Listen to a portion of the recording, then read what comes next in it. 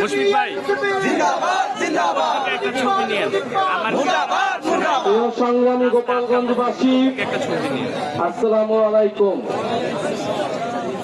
সংগ্রামী গোপালগঞ্জবাসী, আজকে যারা আপনারা উপস্থিত হয়েছেন এই সমাবেশে, আপনারা এই গোপালগঞ্জকে সামনে টিকিয়ে রাখবেন।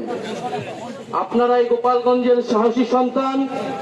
আমরা জানি যদি আজকে বাধা না দেওয়া হতো, যদি যে ধরনের ভয় ও আতঙ্ক তৈরি করা হয়েছে সেটা যদি না করা হতো, গোপালগঞ্জের সাধারণ জনতা এখানে লোকে লোকারণ্য করে ফেলতো।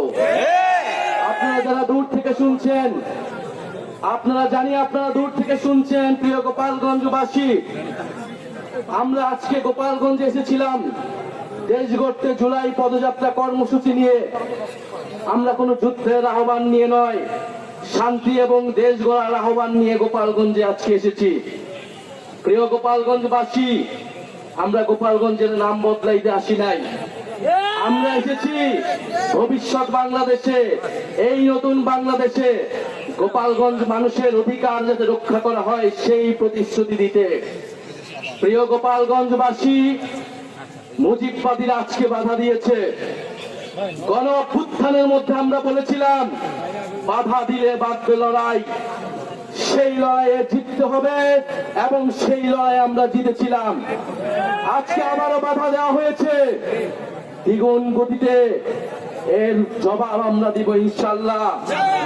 প্রিয় গোপালগঞ্জবাসী, আপনারা যারা এই গণ অভ্যুত্থানের পক্ষে রয়েছেন, নতুন বাংলাদেশের পক্ষে রয়েছেন, আপনাদেরকে দায়িত্ব নিতে হবে এই গোপালগঞ্জ যেন মুজিববাদীদের আশ্রয় কেন্দ্র হয়ে উঠতে না পারে।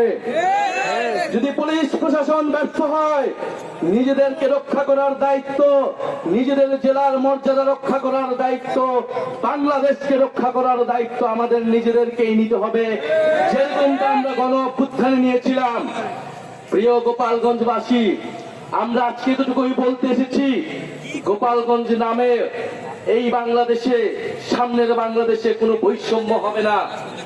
গোপালগঞ্জ নামেও চাকরিতে কোনো বৈষম্য আমরা সহ্য করব না, কিন্তু গোপালগঞ্জেও কোনো সন্ত্রাসীদের আস্তানা আমরা সহ্য করব না। মুজিববাদীরা মুক্তিযুদ্ধকে কলুষিত করেছে, গোপালগঞ্জকেও কলুষিত করেছে।